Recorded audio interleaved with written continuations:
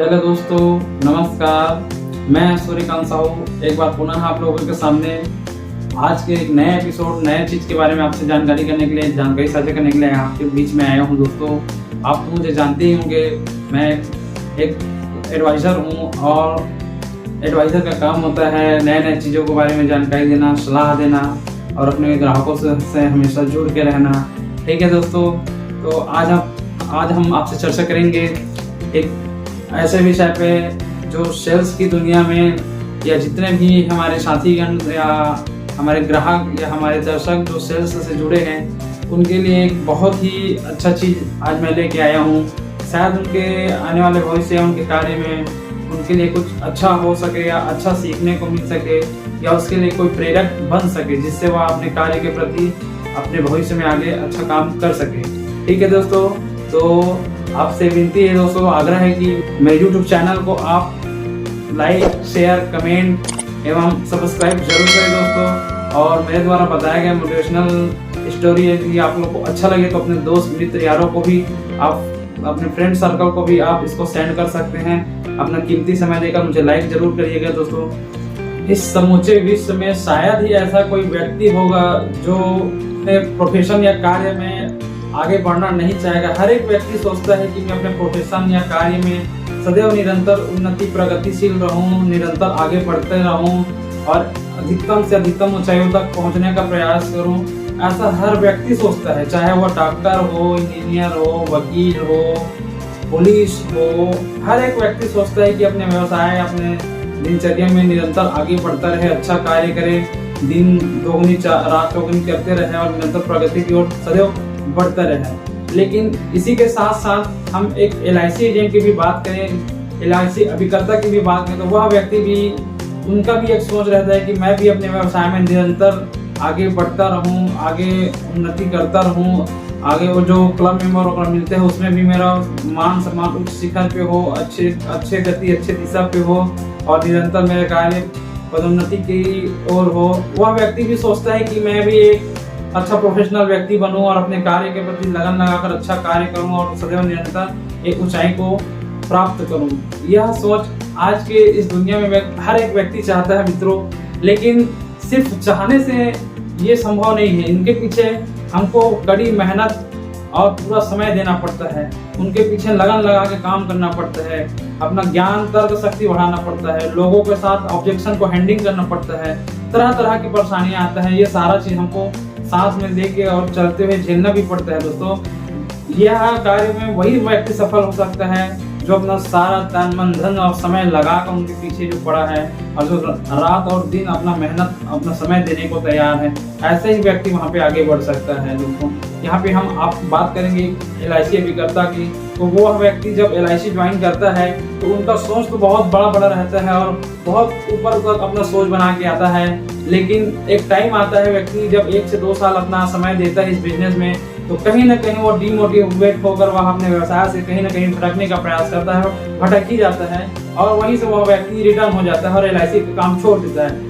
उनको यदि हम चर्चा करें, उनके पूछें कि ऐसा क्या हो गया कि आपने LIC काम छोड़ दिए हो, ऐसा करके कभी उनसे चर्चा भी करते हैं तो वह बोलता है कि नहीं साहब, यह काम मेरे से संभव नहीं हो पाएगा, यह बहुत कठिन कार्य है। ऐसा भी उनका जवाब सुनने को मिलता है दोस्तों। तो हर कार्य, चाहे वो कोई भी प्रोफेशन है, कहीं भी हो सकता, कोई भी व्यवसाय हो, हर व्यवसाय में मेहनत और समय दोनों देना पड़ता है। जो मेहनत और समय की कीमत समझता है और उनकी कद्र करता है, आज की डेट में वही सामने आगे बढ़ता है दोस्तों। तो इस चीज को आपको अपने दिमाग में स्टोर करना पड़ेगा दोस्तों। किसी भी चीज़, किसी भी फील्ड, किसी भी व्यवसाय में निरंतर आगे बढ़ने के लिए निरंतर हमको प्रयास करना पड़ेगा, निरंतर हमको मेहनत करना पड़ेगा दोस्तों। मैंने तो यह भी सुना है दोस्तों कि इस फील्ड में, अर्थात जीवन बीमा की फील्ड में कई ऐसे अभिकर्ता हैं जिन्होंने इस फील्ड में आने के बाद इस फील्ड में उनको 1-2 साल उनका समय भी उनका गया हुआ है, कुछ उन्होंने कार्य भी किए हैं। मैं उन लोग से एक सलाह मशवरा कर रहा था तो उनका कहना ये था कि नहीं साहब, ये फील्ड हमारे लायक नहीं है, हमसे नहीं हो पाएगा। इसमें तो बीमा वही आदमी कर सकता है जिनका पहुंच बड़े लोगों तक जो है, जिनका पहुंच पैसे वाले लोगों तक का है, जिनके पास पैसा है, उन्हीं लोग से यह कार्य हो सकता है। ऐसा भी मेरे को उनसे जवाब सुनने को मिला। लेकिन मेरा मानना है दोस्तों, ऐसा नहीं है, ऐसा कतई नहीं है कि एक पैसे वाला व्यक्ति ही बीमा कर पाएगा या जिनका पहुंच बड़े बड़े लोगों तक है वही व्यक्ति बीमा कर पाएगा। ऐसा बिल्कुल नहीं है दोस्तों, ये एक मिथ्या है, हमारी सोच का मिथ्या है। इसमें आपको मैं बताना चाहूँगा दोस्तों, आपको एक कहानी बताता हूँ, एक कहानी के माध्यम से आपको समझाना चाहूँगा। एक समुद्र था और समुद्र में एक गोताखोर होता है।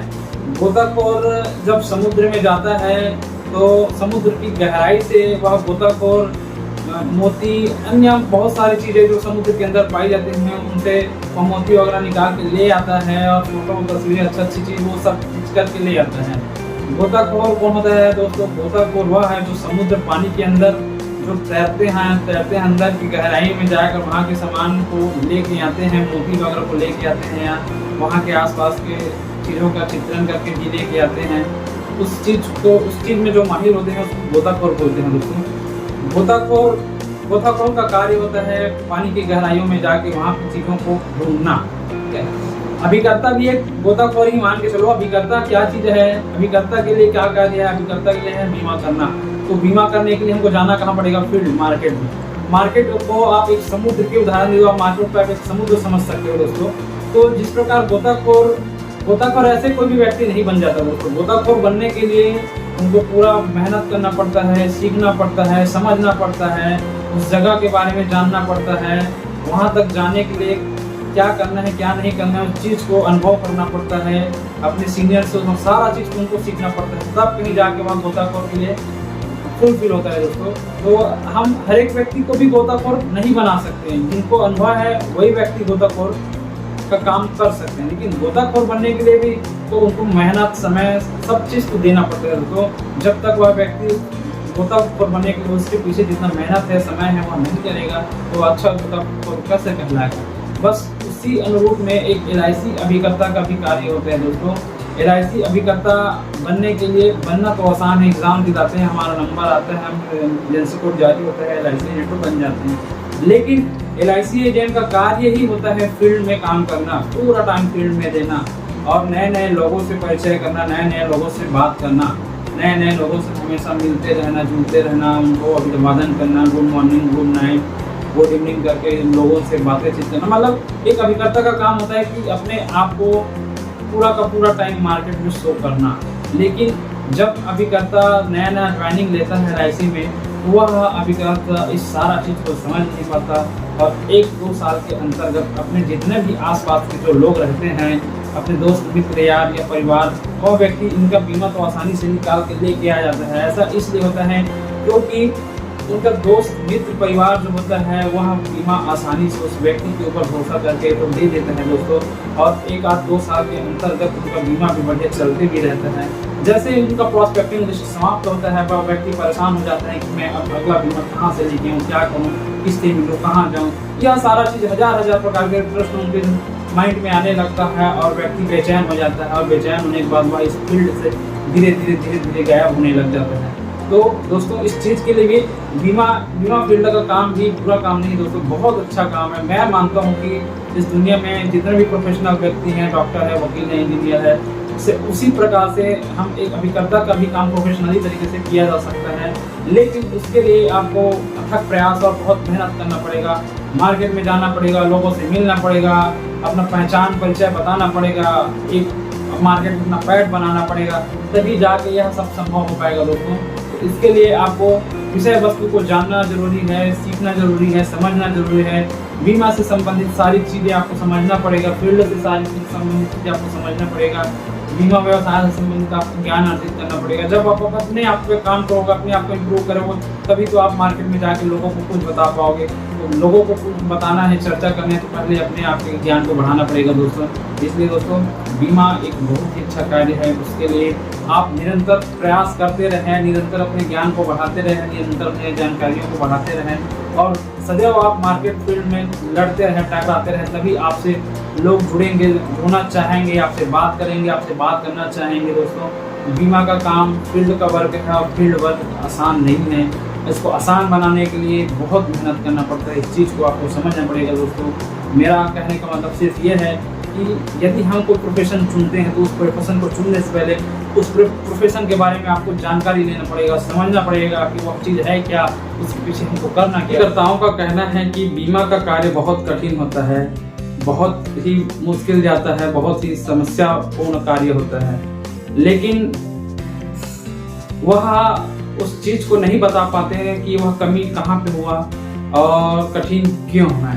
क्योंकि बीमा का कार्य उन लोगों का कहना ये भी होता है कि बीमा का कार्य वह व्यक्ति कर सकता है जिनके पास बहुत पैसा है या जो बड़ी बड़ी लोगों से पहुंच रखता है या जिन्हें बहुत बड़े बड़े पैसे वाले के पास जिनका आना जाना होता है, वही व्यक्ति बीमा का कार्य कर सकता है, उनका यह भी कहना होता है।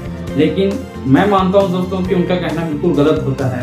उनके यह तो सब उनके सोच के ऊपर डिपेंड करता है, यह उनकी सोच का मिथ्या होता है। तो दोस्तों आप लोगों को मैं बताना चाहूँगा, बीमा का कार्य आप, मैं, हम सब कोई भी व्यक्ति कर सकता है। बस उसको करने के लिए एक लगन होना चाहिए, आत्मविश्वास होना चाहिए, अपने कार्य के प्रति श्रद्धा होना चाहिए, तभी व्यक्ति अपने कार्य में आगे बढ़ सकता है। दोस्तों इसके लिए आपको एक दृढ़ निश्चय लेना पड़ेगा, फील्ड में जाना पड़ेगा, मार्केट में जूझना पड़ेगा, अपने आप को सामने प्रदर्शित करना पड़ेगा लोगों के सामने, और लोगों को रोजमर्रा की जिंदगी में उनका सहयोग भी करना पड़ता है। इस फील्ड में ऐसा है, आप लोगों से जितना जुड़ाव रखोगे, जितना जुड़ते जाओगे, उतना ज्यादा आपका व्यवसाय बढ़ने की संभावना होता है। साथियों आज आप लोगों को एक उदाहरण के माध्यम से समझाना चाहूंगा कि व्यवसाय, बीमा के व्यवसाय में व्यक्ति को क्या क्या करना पड़ता है और क्या नहीं करना पड़ता है, और कितना मुश्किल घड़ियों का सामना करना पड़ता है। क्या हर व्यक्ति गोताखोर बना जा सकता है? आप लोग से यदि राय पूछना चाहूंगा तो आप लोग बोलोगे ना, और आपका जवाब बिल्कुल सही भी होगा, क्योंकि गोताखोर का कार्य करने के लिए बहुत ही मेहनत, अथक परिश्रम और कठिन कार्य होता है। लेकिन जो व्यक्ति सफल हो जाता है, जो व्यक्ति अथक परिश्रम कर उस कार्य को सीख गया होता है, वही व्यक्ति गोताखोर कहलाता है। तो एक गोताखोर का कार्य समुद्र की गहराइयों में जाकर वहां पड़ी हुई चीजों का जानकारी लेके आना है, वहां से चीजों को लेके आना, यही गोताखोर का कार्य होता है। ठीक उसी प्रकार एक अभिकर्ता का भी कार्य होता है। अभिकर्ता को भी अपने विषय वस्तु के बारे में जानकारी होना बहुत जरूरी है। अभिकर्ता जब तक अपने विषय वस्तु या अपने व्यवसाय से संबंधित जानकारी नहीं रखेगा, तब तक वह मार्केट में जाके अपना अनुभव साझा नहीं कर पाएगा। और एक सफल बीमा एजेंट बनने के लिए दोस्तों बहुत सारी चीज़ों का भी ध्यान रखना पड़ता है। मार्केट में प्रॉपर जाना पड़ता है, प्रॉपर हमें लोगों से मिलना पड़ता है, अपना परिचय बताना पड़ता है, अपने आप को शो करना पड़ता है। जैसे एक गोताखोर समुद्र में जाने से पहले पूरी तैयारी करता है, पूरी चीज़ों का नॉलेजमेंट रखता है, फिर कहीं जाके वहाँ गोताखोर के लिए रेडी होता है, तो उसके बाद कहीं समुद्र की गहराइयों में जाता है।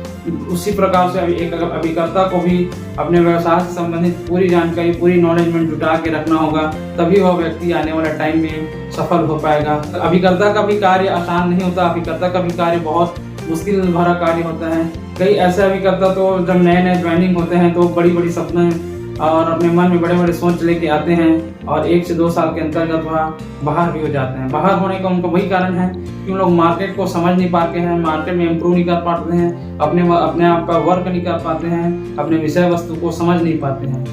कुछ एक ऐसे अभिकर्ता हैं जो इस चीज़ को बहुत गहराइयों से समझते हैं और अच्छी अच्छी चीज़ें नॉलेजमेंट रखते हैं और समय के साथ साथ अपने आप को परिवर्तन करते हैं। ऐसे अभिकर्ता निरंतर आगे बढ़ते चले जाते हैं, क्योंकि उनका प्रयास ही एक अच्छा होता है, और अच्छा प्रयास करने वाला व्यक्ति कभी पीछे नहीं जा सकता, सदैव वो ऊपर जाने की प्रयास करते रहता है।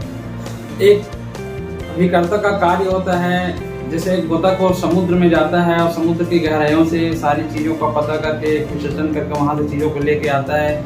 उसी अनुरूप एक अभिकर्ता को भी समुद्र रूपी इस संसार में जाके बीमा धारक एवं बीमा पॉलिसी रूपी वहाँ से लोगों को चुनकर वहाँ से लेके आना, उनका बीमा करना, लोगों को समझा पाना, लोगों को समझ पाना, यह सब कार्य भी एक अनुभव के बगैर असंभव है। किसी कार्य में कहीं ना कहीं व्यक्ति को मेहनत, अनुभव और समय सभी चीज़ देना पड़ता है, तभी कहीं जाके वह व्यक्ति एक सफल अभिकर्ता या सफल व्यक्ति या सफल प्रोफेशनल व्यक्ति बन पाता है। बीमा का भी व्यवसाय किसी व्यवसाय से कम नहीं है मित्रों, क्योंकि बीमा का भी व्यवसाय अन्य प्रोफेशनल व्यवसायों की तरह एक बहुत ही उच्चतम श्रेणी का व्यवसाय है। बस इसे करने के लिए आपको पूरी तरह इनको समझना जरूरी है। आपको एक और उदाहरण देकर आपको बताना चाहूँगा कि मेरे शहर में एक बहुत ही धनी व्यक्ति थे। मैं उनके पास गया, उनको बीमे के लिए उनको आग्रह किया, उनसे बात किया। तो उन्होंने बात करते ही करते मुझे सबसे पहले एक बात बोले कि भाई साहब, आपके जैसे और भी बहुत सारे बीमा एजेंट मेरे पास आके चले गए हैं, अपनी अपनी बातों को रख कर चले गए हैं, लेकिन मेरे को बीमा नहीं कराना है। ऐसा करके डायरेक्टली उनका एक जवाब था। मैंने उनको बोला कि चलो कोई बात नहीं सर, हम आपको बीमा कराने के लिए नहीं आए हैं, आपको बीमा संबंधित विषय वस्तु से अवगत कराने के लिए आए हैं। ऐसा कहकर मैंने अपनी बातों को रखना स्टार्ट किया, प्रारंभ किया और अपनी बातों को वहाँ पर रखा। तो बातों चर्चा के दौरान उस व्यक्ति से मेरा बात हुआ, क्योंकि वह अपने बारे में पहले बता रहे थे। अपने बारे में बताने में वह लग रहा था कि वह बहुत धनी व्यक्ति है, धनाढ्य व्यक्ति है और उनके पास पैसे की कमी नहीं है। उनकी बातों से मेरे को लगा, उस अनुरूप मैं उस व्यक्ति को समझा और उनके हिसाब से उनको चर्चा परिचर्चा के दौरान उनको मैं एक प्रश्न उनको पूछा कि सर आपके पास गाड़ी तो है, गाड़ी का बीमा तो आपने जरूर कराया होगा। उसने जवाब दिया, बिल्कुल सर मेरे गाड़ी का तो बीमा है। तो मैंने उनको प्रश्न पूछा कि आपने गाड़ी का बीमा क्यों कराया?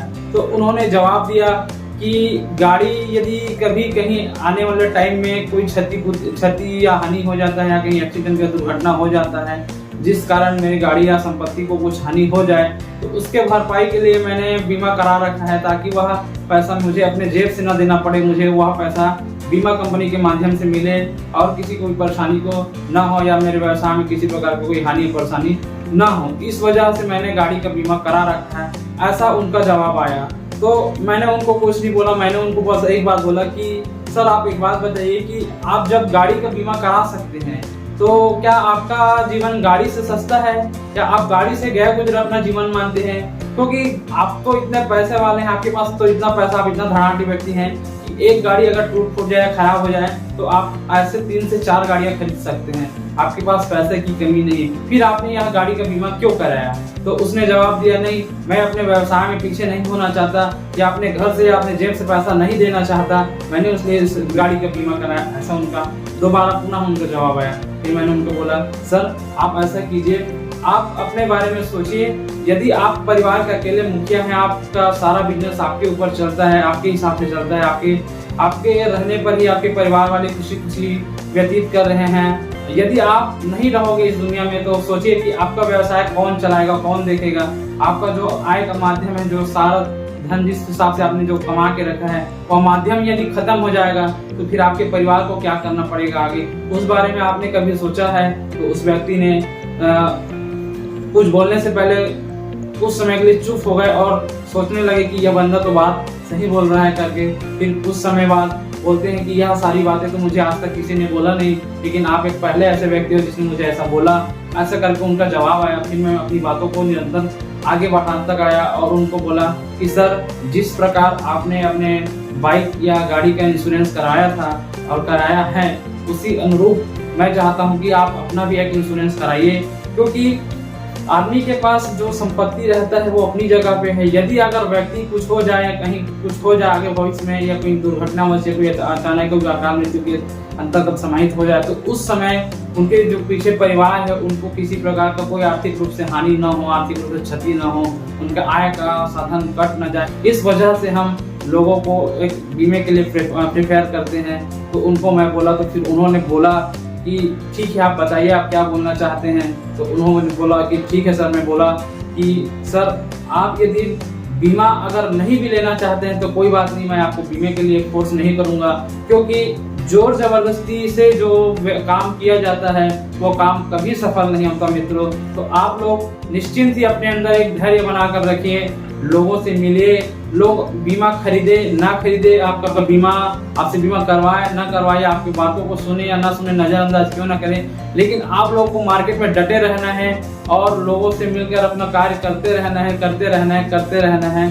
ठीक इसी रीत में आपको फिर वहीं पे लेके चाहता हूँ, क्योंकि उस व्यक्ति ने फिर मेरी बातें पर रुचि लेना स्टार्ट कर दिया और जो मैं बातें बोल रहा था उनको बहुत ध्यान से वह व्यक्ति सुनने लग गया।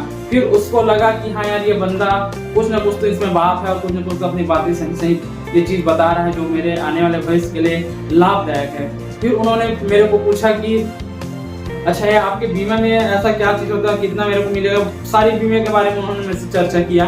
तो फिर मैं उनको आगे बीमे के बारे में बताया और उनको लगा कि हाँ इनका बात जो है 100% सुनने और समझने लायक है और इनको बातों को सुनना चाहिए और इनकी बात के हिसाब से उनको आगे बीमे के बारे में करना चाहिए। उनका जवाब भी आया। पहले तो बहुत देर तक सोच ही रहे थे और सोचने के बाद जैसे ही मेरे तरफ उन्होंने देखा तो फिर मैंने उनको बोला कि मैंने आपको कुछ गलत बातें बोला हो या मैंने आपको कुछ दुखी पहुंचाया हो तो मैं क्षमा चाहूँगा सर। ऐसे करके मैंने अपनी बातों को उनके पास रखा तो उन्होंने बोला अरे नहीं नहीं भाई, आपने तो बहुत अच्छी बातें बताई।